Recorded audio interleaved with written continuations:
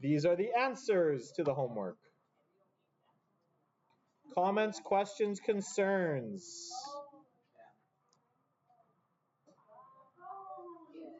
Take a look at what I got. Take a look at what you got. Comments, questions, concerns.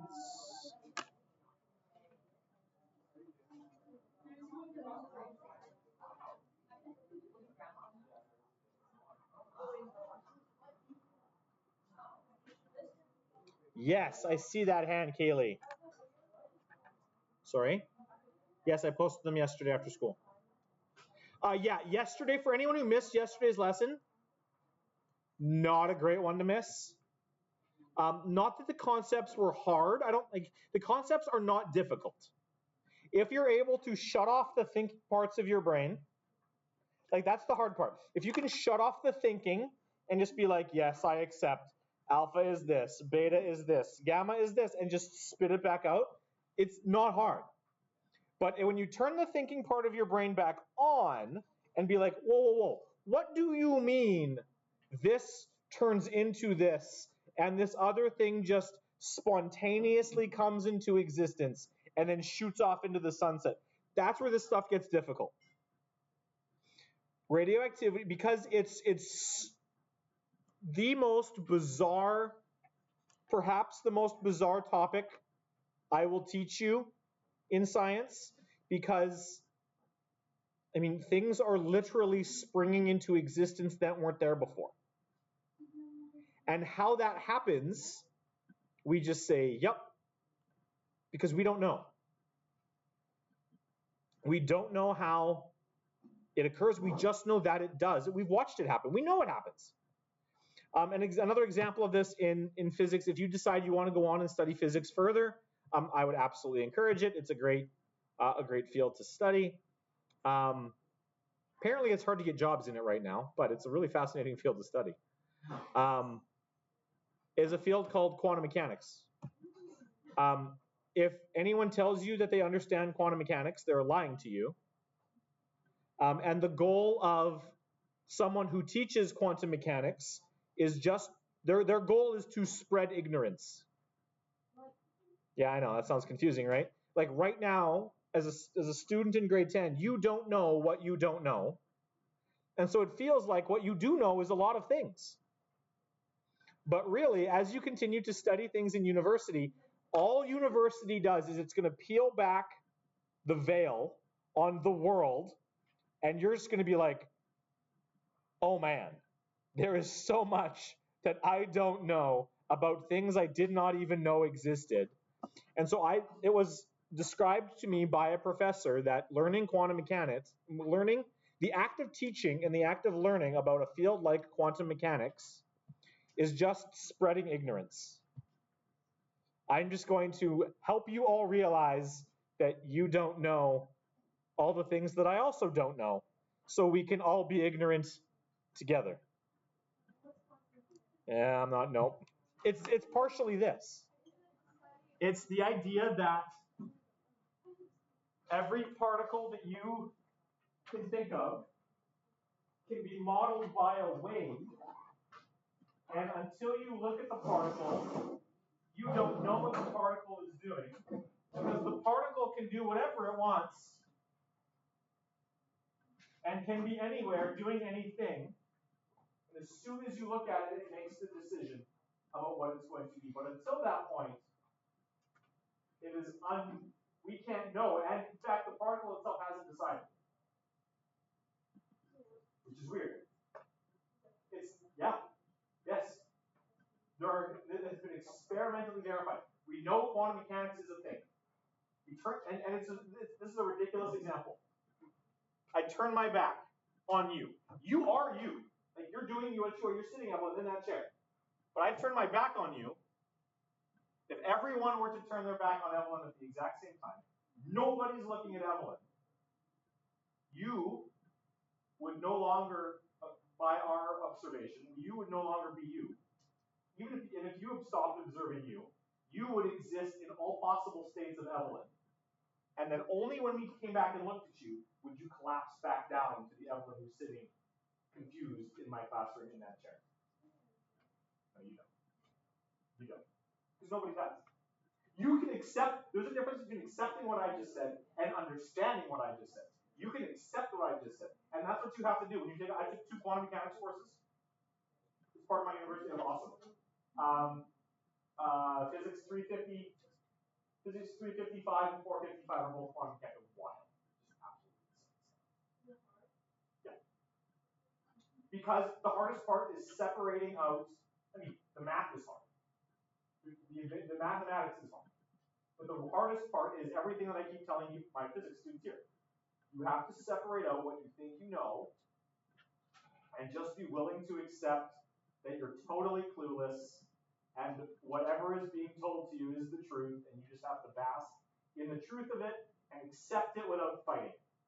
It's like the Borg from Star Trek. You just have to, resistance is futile, let the knowledge just soak into your brain, even if it doesn't make like this. The stuff that we were talking about yesterday, beta decay. In beta decay, a neutron spontaneously turns into a proton. How? It just does. I'll explain how, because the other class is asking what it's going to do. It just does. Boom! Proton's now a neutron. Sorry, neutron's now a proton. And in the process of that, the energy had to go somewhere. So what does the universe do? The universe says, okay, cool. You've got extra energy. Boom. Here's a particle that did not exist before, an electron. It didn't come from anywhere. It just popped into existence because you had energy to get rid of. Boom! And then the thing goes shooting off into space. Just out into the universe. Yeah. The universe's way of dealing with the energy that needed to go somewhere. Oh yeah. Particles, neutrinos flying through. And these things are so small. So there's a particle out there called a neutrino, which we're going to talk about, because actually one of the things I didn't mention was that during beta decay, neutrinos are also created. Don't worry about it. We're going to ignore the neutrinos. Neutrinos are so small that they're created in the sun and in stars, and they travel through the universe, and they are so small that they could pass through our planet without hitting a single atom of the stuff that makes our planet. They would pass through our planet, the Earth. They don't always, sometimes they hit stuff, but they can pass through the Earth as if the Earth wasn't there. Then it shows up on a detector, and we're like, hey, that was a neutrino.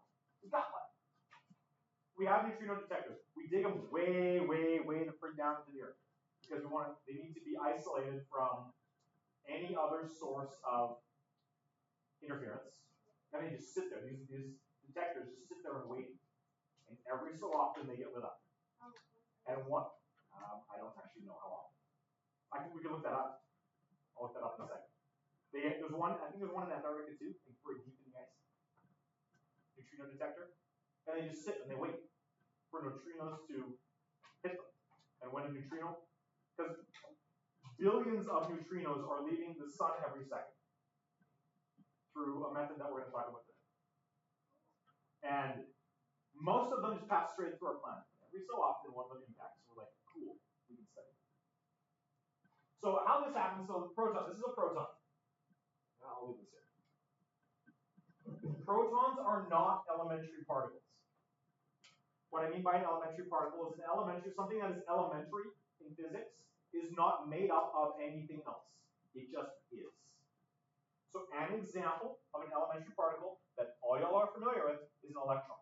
There is nothing that makes up an electron. An electron just is. Is. Well, atoms are easy. Atoms, we talked about already. Atoms, you got your atoms. Atoms are made up of protons, which we call positive. They're made up of neutrons, which have no charge.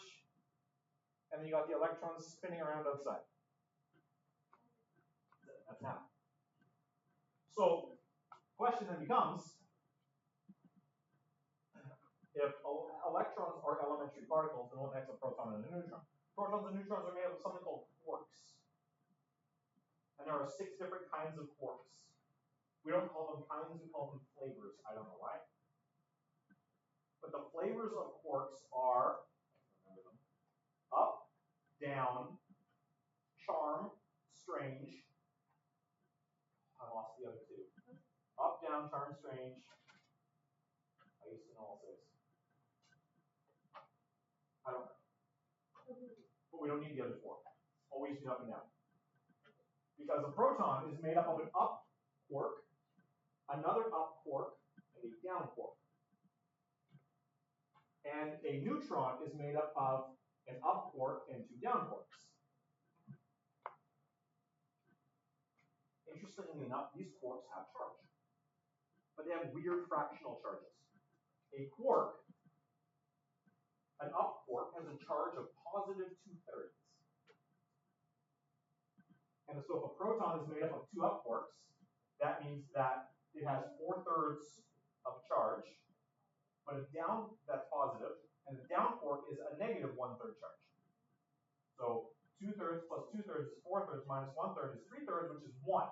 That's why a proton has a charge of 1, because it's made up of quarks that have these fractional charges. Neutron is 1 up and 2 down. So the 1 up is 2/3. The 2 downs are negative 1/3 and negative 1/3. 2/3 minus 1/3 minus 1/3, 0.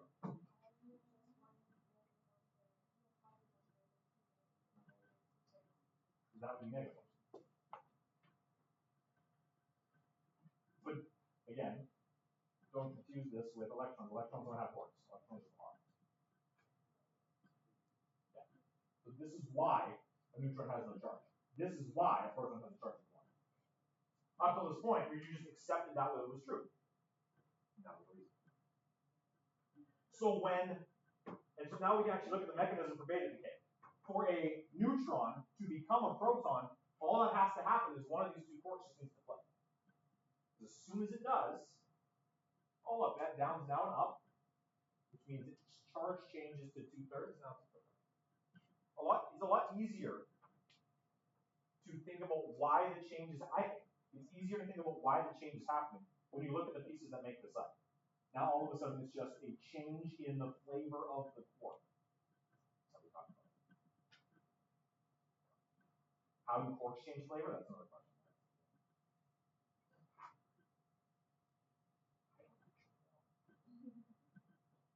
You want to talk about why? I missed particle physics. Of course, it wasn't offered while I went through my schedule. But the why a quark flips, that's an entirely different scenario. But so beta decay is actually just the flipping of one of its quarks inside the neutron. And then in the process, because there's energy that holds these quarks together, that energy has to go away somehow. Shoots off as an electron. Also,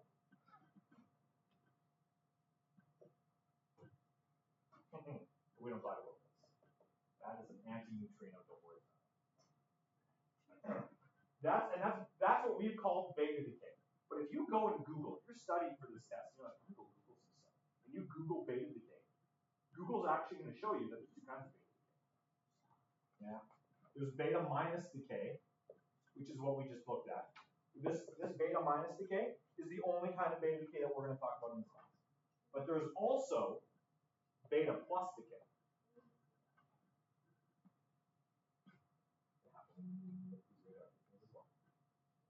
The only difference between beta minus, so beta minus decay is because you get an electron. In beta plus decay, what's the opposite of an electron?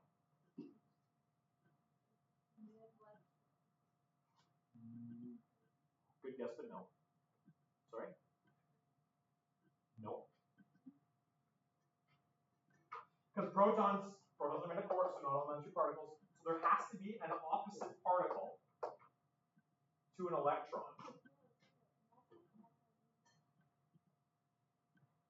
No, this is just not. It's just the way the universe is. But all these things, there's symmetry in physics. Everything has an opposite. So the opposite of an electron, well, a positron. Really original name. If you're big into sci-fi, you might have heard, ooh, the positrons. Positrons are actually a thing. They're the opposite of an electron. And so beta decay is an electron and an anti-neutrino. Beta plus decay is a positron, and the opposite of an antineutrino is neutrino.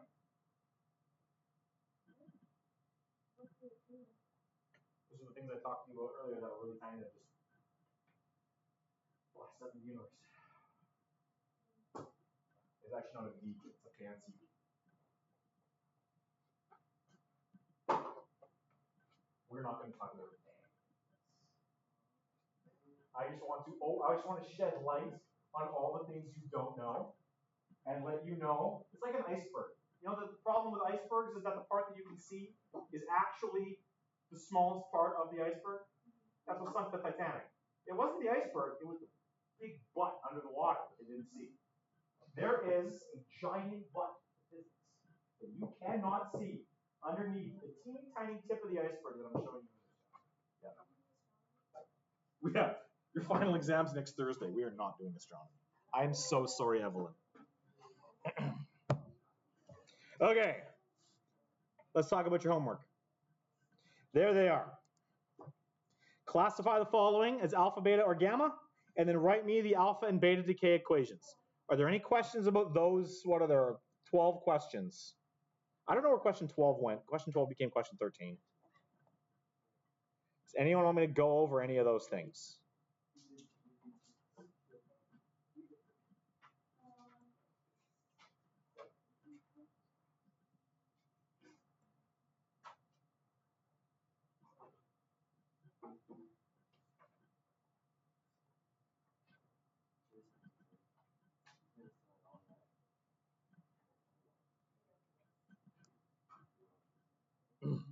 Okay, going once, twice, thrice, sold. Okay, cool. Here's the next page.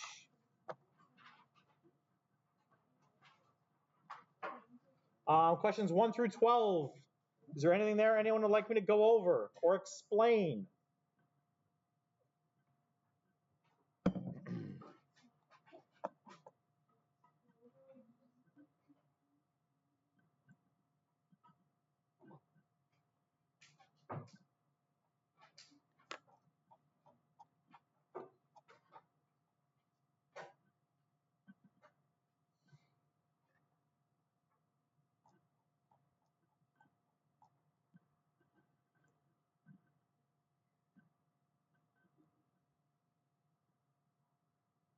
Comments, questions, concerns? Is there anything there anyone would like me to go over?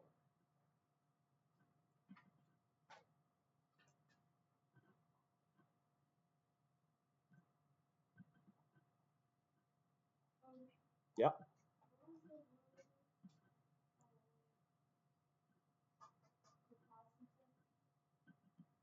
The word? Quantum mechanics?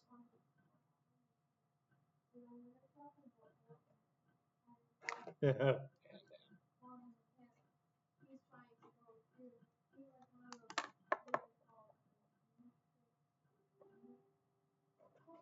have no idea. I haven't seen it. Neutrino?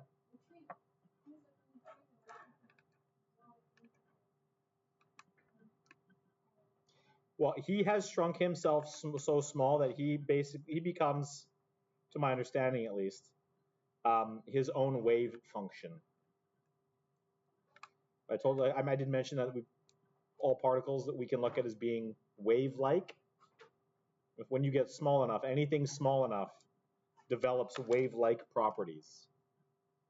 So that's anyway, complicated. Okay, these are the. I don't know if you noticed, but I scrolled down to the bottom. Questions 13, 14, 15 are now there on the screen. Either you have no questions and so are all amazing at this, or none of us did our homework. I don't know which one is which.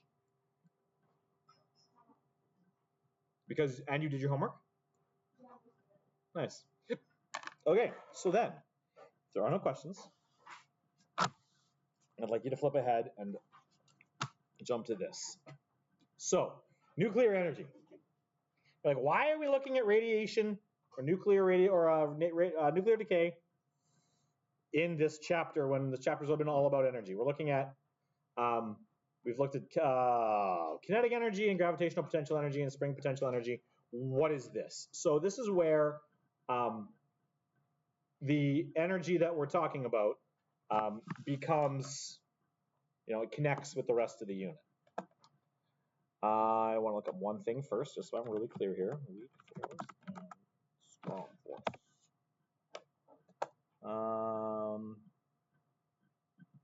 Okay.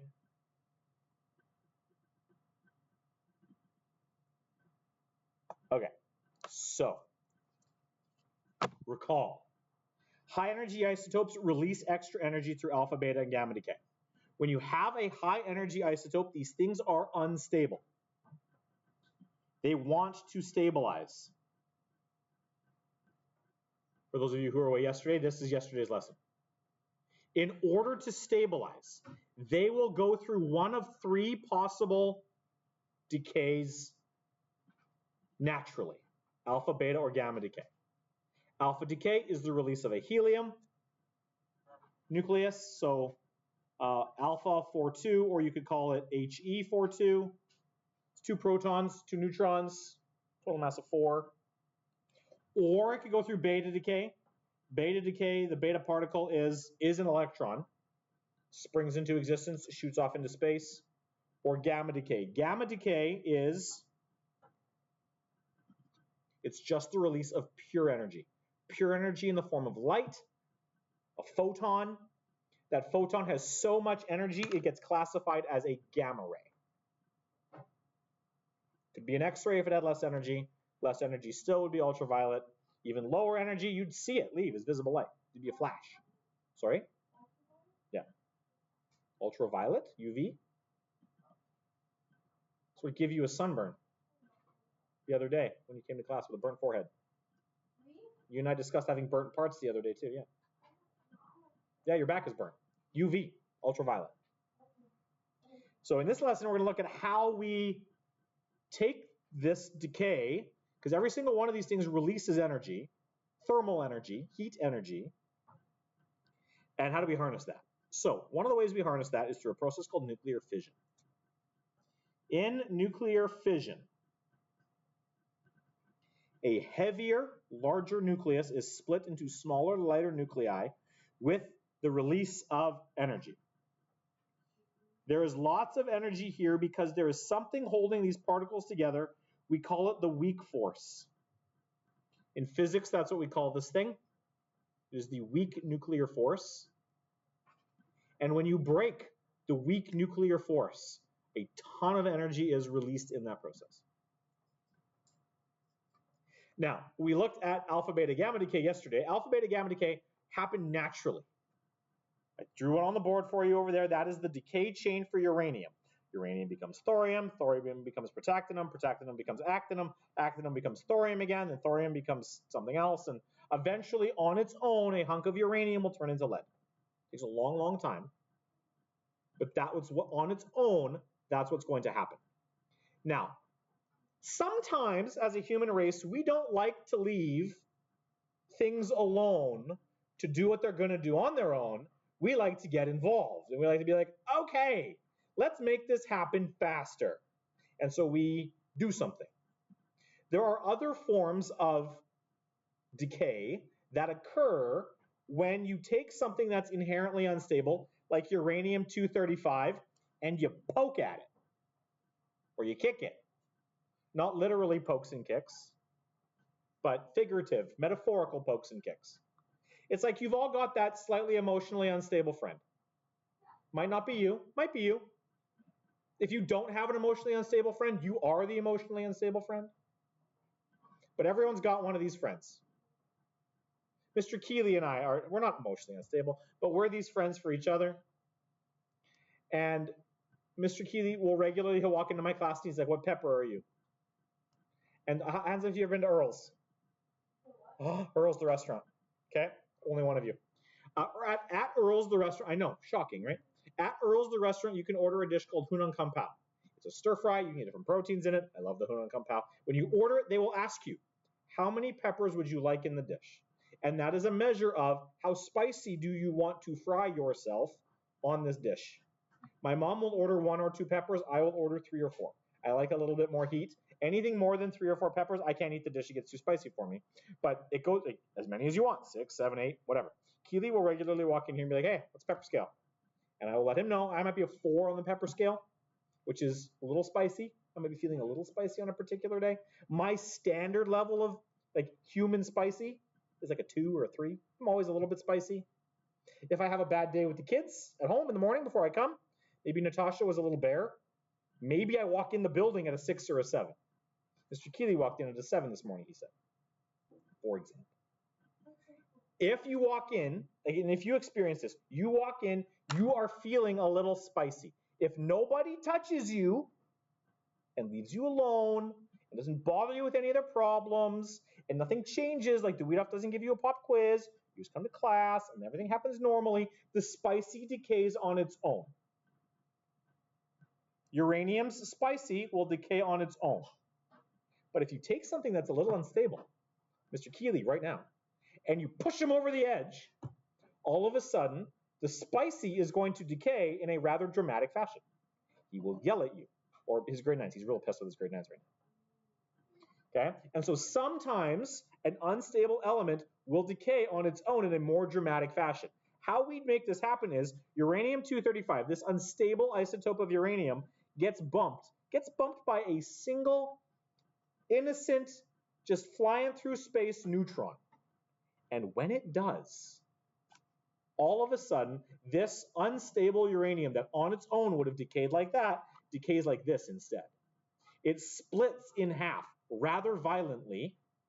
Part of it, one way that this can happen is it can split into Kr is krypton and Ba is barium.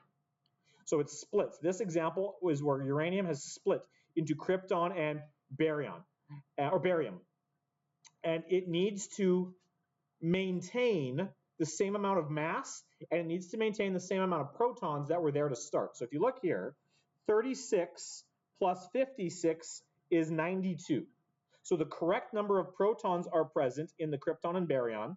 But if you look at the total mass, there was 235 plus 1 is 236 total mass, and 92 plus 141 is only 233. So the total mass is missing something. Where did that extra mass go? It left in the form of these 3 free neutrons.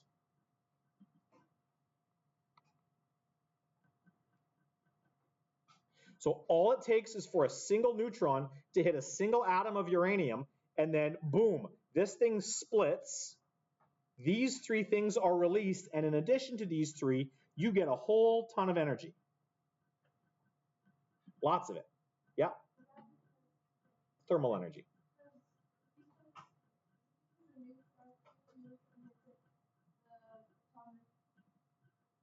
The atom, the nucleus?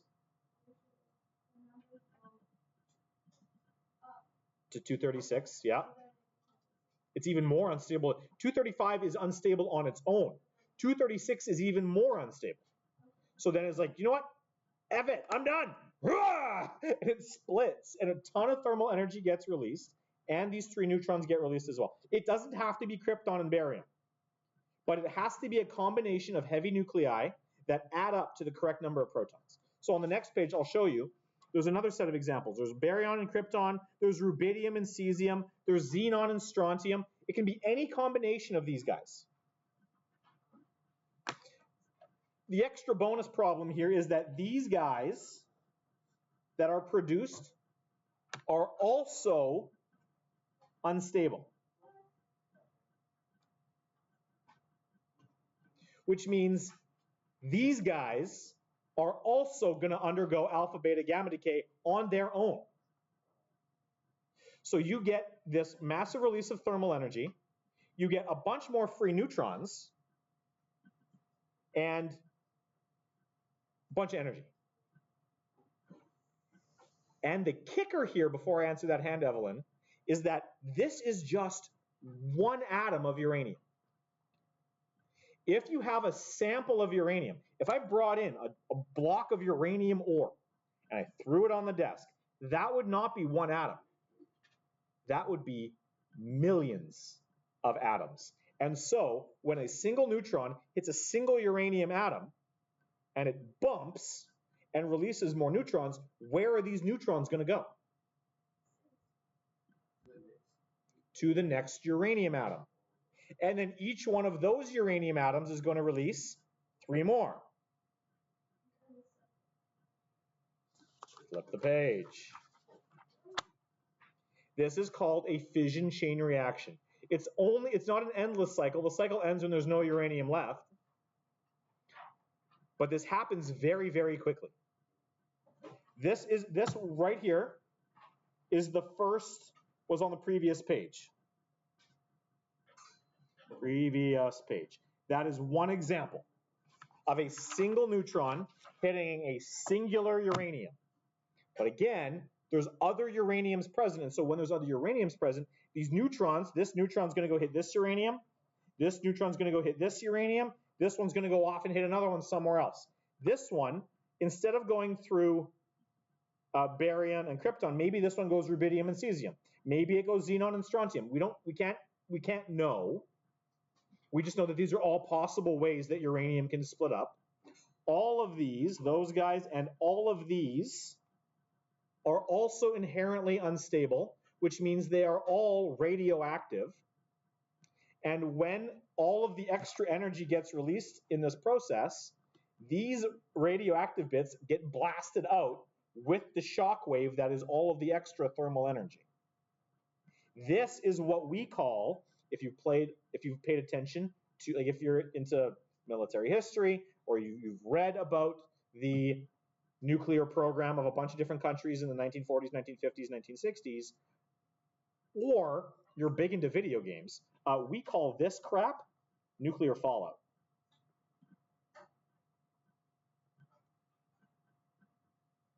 Because when this chain reaction occurs in an uncontrolled manner, you get tons of energy all released at once. All energy releases effectively at once. When you have a device where all the energy releases at once in an uncontrolled manner, what is that? Well, 4 letters, starts with a B. It's a bomb. And so this was what was designed in 1944 that the Americans dropped on Japan in 1945. They dropped 2 of these. One was a uranium device, the other one was a plutonium device. The first one was the uranium device dropped on Hiroshima. 3 days later, they dropped the second one on Nagasaki. Fun fact, there was a Japanese engineer who was in Hiroshima when that bomb went off. He was injured, but survived. But he was at work. Have I told this story before? Do you know the story, Brooklyn? You read it recently? You might have read the same thing I read. Dude went home. His home was Nagasaki. He got out of the hospital, got on the train, went back to Nagasaki. 3 days later, boom. He survived the second nuclear blast. He died of old age. He survived. He's the only person that we know of that survived 2 nuclear bombs. You know about it in social studies? You can go to Hiroshima today and see the shadows left by the people on the walls when they were vaporized.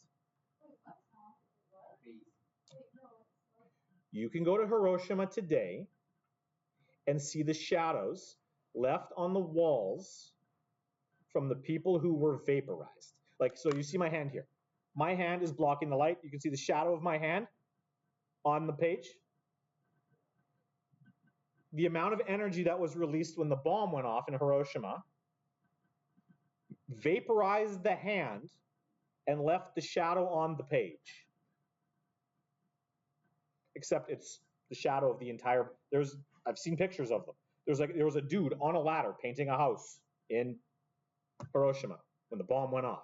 He and the ladder got vaporized. His shadow and the shadow of the ladder are still on the side of the building where he ceased to exist. Because he absorbed, so when you're standing there, you only see my shadow is because the light bounces off me to your eyes and doesn't make it to the wall behind me. But the rest of the light that I don't block hits the wall. So when the bomb blast went off, the body took the blast, and then the rest of the blast went around the body, hit the wall. So there's a human-shaped portion of the wall that did not receive the full nuclear blast. That is now the shadow of these people that were vaporized. And there's all over Hiroshima, you can see these shadows of the people who were present as a reminder of how horrific this stuff actually is. This is the kind of energy that we're talking about that gets released here.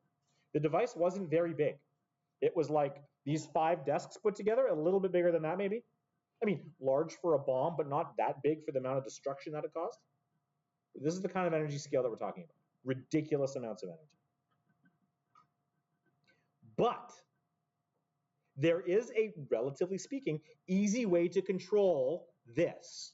What is the problem with what you see here? Where is the problem being caused?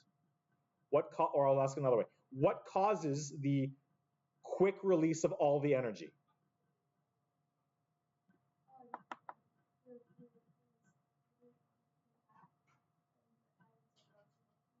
Not the atoms, specifically what? The neutrons. These guys right here are the problem. Because every time one of them hits another uranium, more neutrons are produced. There's going to be more there, there's going to be 3 more there. These guys are the problem. So if we could devise a way to collect some of these extra bonus neutrons, perhaps then instead of all the energy being released at once, we can slow down the release of energy over time. Instead of the bomb going off in an instant, maybe the bomb goes off slowly over 25 years. And that is what we call a nuclear reactor. We have them in Ontario. We use them to power ships and submarines. If you can control this particular reaction, and it's not hard to do, you just need to figure out a way to collect most of the neutrons, but not all. You can slow down the reaction so that not all the energy gets released at once. Yes? Yeah. Once all the uranium is spent, there's nothing to undergo fission, it's done. Then you need to replace the fuel, but you have to get rid of all this extra bonus crap. This is the problem with nuclear reactors today, is there's no use for this stuff. This is radioactive nuclear waste. It has to go somewhere. Right now, it's buried under the Rockies, like deep under the Rockies. We just store it there so we can figure out a better thing to do with them. The Americans turned some of them into bullets, actually, too. Armor-piercing rounds are what are called depleted uranium. The Americans are like, this stuff's really hard. Let's make it a bullet. So they did. In their armor-piercing rounds, they have this stuff. That's all right. Easier said than done. So this is nuclear fission. A chain reaction results in many fission of uranium and lots of splitting. This dramatically increases the amount of energy transformed. If it all gets transformed at once, it's a bomb. If we can control this, maybe we can do something useful with it. In addition to that, alpha, beta, and gamma decay is also happening spontaneously here. When you're ready, flip the page. There is a better form of nuclear reaction, and we call that reaction nuclear fusion. Fission is the splitting of heavy things to make smaller things. Fusion is exactly the opposite. You take small things, you slap them together. If you slap them together with a high enough energy, they fuse and become something new. Here's how you do it. In nuclear fusion, 2 very small nuclei fuse to form a slightly bigger nucleus. For nuclei to fuse, they need to collide with a lot of force, they need to move very fast, and they need to occur at a very high temperature. Now, this one, nuclear fusion, is what, I don't know if you guys read the news, if you read science news, nuclear fusion is the one that humanity is currently desperately trying to develop. It says here in the notes, when nuclei fuse, they produce a lot of energy, they continue the nuclear fusion reaction. This is very difficult to control. Scientists have not yet been successful. That's not true. What is true is that we have not been successfully able to control it using less energy than the fusion reaction produces. This is the problem. So let's say, hypothetically, I'll just make up some numbers, fusion reaction happens, boom, fusion, 100 energies leave, 100 joules leave. It's way more than that, but let's say it's 100. In order to make sure that that fusion reaction is contained and doesn't turn into a bomb, which we have, by the way, we have fusion bombs. They're called hydrogen bombs. The current nuclear arsenal of the United States is made up of all of these nuclear bombs. Fusion bombs, not fission bombs. And in a fusion bomb, the fusion needs to move very fast and needs to happen at a high temperature. To get something moving fast and at a high temperature, well, what do you think they use to set off the bigger hydrogen bomb, the fusion bomb? They use a fission bomb to create the energy needed to get the fusion bomb going. So they took a small nuke and they put it inside a bigger bomb, and so that's how you get a fusion nuclear reaction to start, is by using a smaller fission bomb. That's the kind of energy we're talking about. It's absurd. It's absolutely ridiculous. But if we can control this reaction, like we can control the fission reaction, the fission's easy to control. Pull out the neutrons. I'll show you how we do that. Fusion's a lot harder because there's nothing to grab. It's just these two things slap together, and then this one slaps together, and then those ones slap together. There's nothing to grab onto to stop. And so what we can do, we have not been successful yet, right now, to produce 100 fusion energy, we need to put in 200 to stop it from going nuts. And so right now we're using up more energy to stop it than it's producing. And so that's not, you can't use that as a power source. We need it to get to the point where we can stop it with less energy than it's producing. And then we can let the extra trickle off to the outside and then harness that as nuclear fusion. Right now, I think the world record is 15 seconds, 14 seconds of sustained nuclear fusion using less energy than went in. Right now, we maxed out at about 14 seconds, which is pretty good. The whole thing shuts down because it's just done. After 14 seconds, it's just done. We need to get it so that it's sustaining. This is the whole premise of Spider-Man 2. Dr. Octopus wanted to get sustaining nuclear fusion on this planet. So here's nuclear fusion. Nuclear fusion takes place inside the sun because there are only so many things that are strong enough to contain the energy in fusion. We use, on Earth, ridiculously powerful magnets to force these things together. What does the sun use to force the particles together?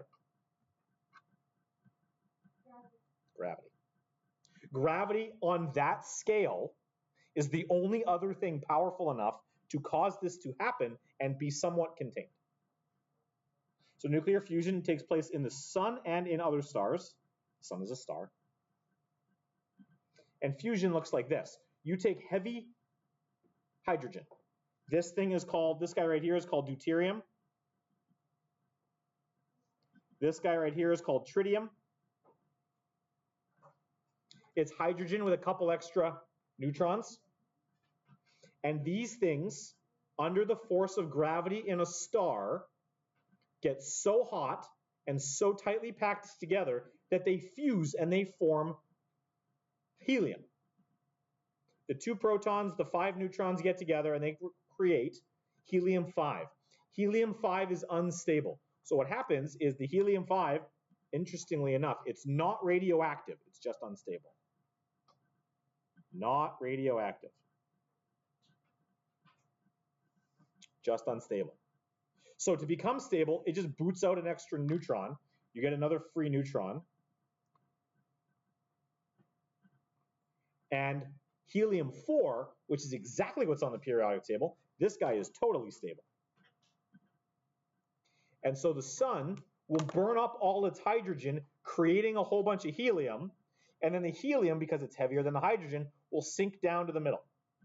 When it gets tightly packed, gets heavy, gets hot, the helium will start to fuse with other helium and create beryllium, because 2 plus 2 makes 4. So the thing on the periodic table, 4 protons, it's beryllium. All the helium will burn out, then the beryllium will start to burn. And 4 plus 4 is 8. Make a bunch of oxygen. Then the oxygen will sink, and the oxygen will burn. 8 plus 8 is 16. What's number 16? Is it sulfur? 9, 10, 11, 12, 13, 14, 15. Yeah. And you'll start to get this fusion where bigger and bigger and bigger elements are created. This is how all the gold in the universe was created. Gold was created inside the fusion process of stars, and then those stars, when they run out of things to burn, they explode in either a nova or a supernova.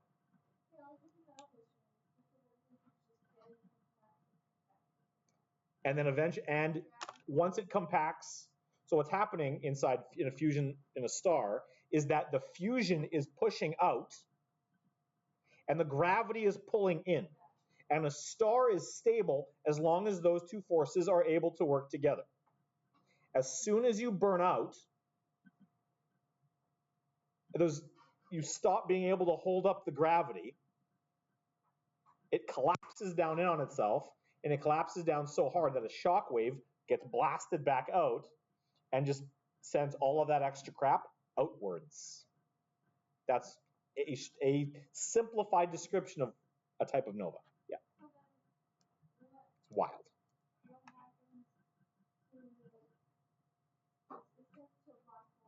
No, not necessarily. It needs to be big enough. A star that's roughly 20 times as big as our sun, I think it's 20 times is the number. 20 times our sun is big enough to become a black hole. Smaller than that, it's not. It follows a different path. It becomes what's called a neutron star. Because all these free neutrons don't actually leave. They just stack up in the core of the sun. Gravity holds these neutrons into the star. And when these things go boom, if they're not big enough to make a black hole, they make a neutron star, made up of all of these neutrons just packed together. The amount of energy released in a fusion, does that answer your question, Evelyn? Yes. Yes. There are like medieval astronomical records where they have identified, they're like, oh, hey, look, there's a star during the day. Something went nova. You can, if a star, like they keep talking about there's a star in the Orion constellation called Betelgeuse. They're predicting that at some point in the next ridiculous period of time, it will go nova because its color is changing quickly enough that something is going on with the star, and they're predicting that it's near the end of its life because it's an old star.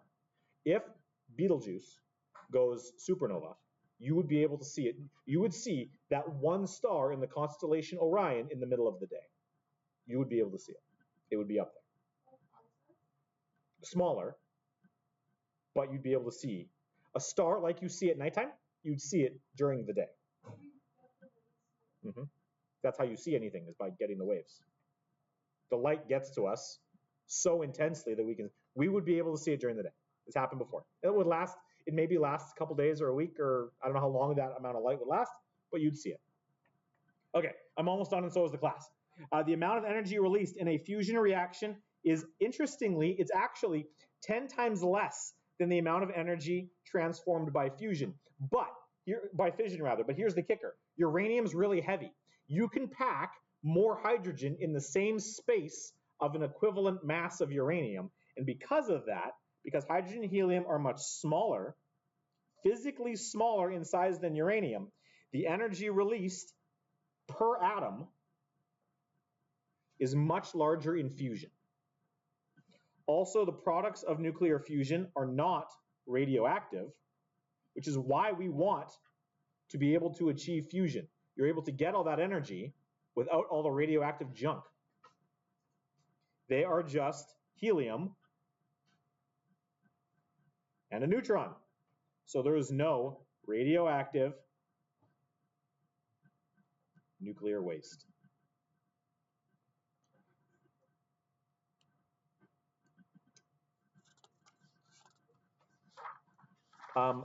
This page is going to be your homework. There's 3 questions there. For right now, flip it one more page. There's one more thing I want to look at because I brought it up before. How do we control a fission reaction? Here's how we control it. Nuclear reactors transform the thermal energy produced in a nuclear, whoops, I missed the word. What's the word? Fission reaction into electrical energy. I'll explain that process tomorrow. Generally, reactors use uranium-235. If there's enough 235 present, the neutron emitted in the fission will start the chain reaction. So how do you stop the chain reaction? Before class, the bell goes, look really, really close at this diagram. It says there's fuel bundles. Every single one of these fuel bundles is the uranium pellets that we use for the nuclear reaction. In between them, look what's here. What's labeled there? Control rods. It is the job of these control rods to absorb the extra neutrons. These control rods are made up of silver, I had my list, silver, cadmium, and something called boron, oh, is it boron? Yep, boron carbide. These guys get placed among